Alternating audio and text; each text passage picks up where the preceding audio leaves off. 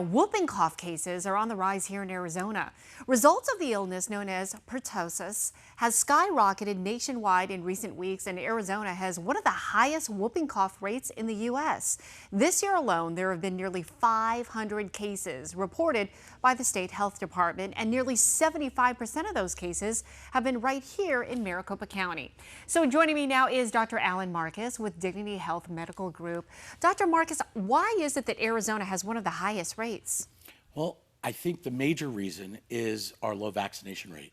Oh. We have one of the lowest vaccination rates in the entire country, 92.7, which sounds like it should be pretty good. Right. But because this disease is so transmissible from person to person, you really need to be over 95%, closer to 98 or 99% to really prevent people from having outbreak.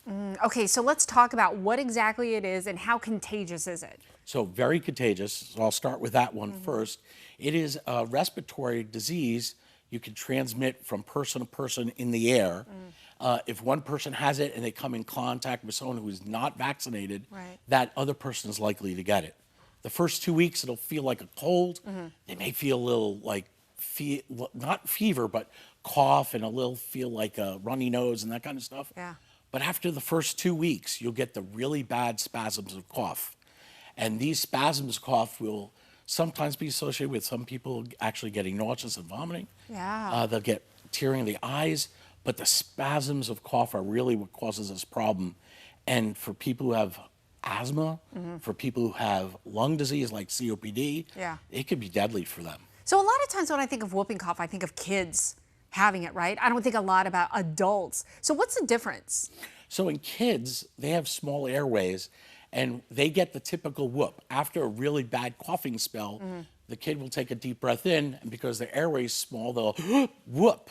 And that's how it gets its name. That's how they got its name. Where more adults, adolescents, adults, they'll just get the really bad coughing spasms where they can't breathe in between while they're having these really bad coughing spasms. And we were talking earlier, a lot of times when people get sick, I feel like the cough is the last symptom to go. It is just that nagging cough that lasts for weeks. What is the difference between that kind of cough? Because sometimes you can get into a spasm versus the whooping cough. So in the whooping cough, they get similar damage to airways. The pertussis causes such bad damage to the airways, it's almost like it's causing an asthma attack. Oh, wow. And this lasts for 2 to 3 months after having that initial infection. In most people who don't have lung disease, it will go away eventually on its own. Right. But those 2-3 months are going to be the worst. Yeah. And not very. We don't have a lot of medication once it gets to that level. Early on, there's antibiotics, but that requires specialized testing. Okay, which leads me to my next question. Treatment and vaccines. How often, when?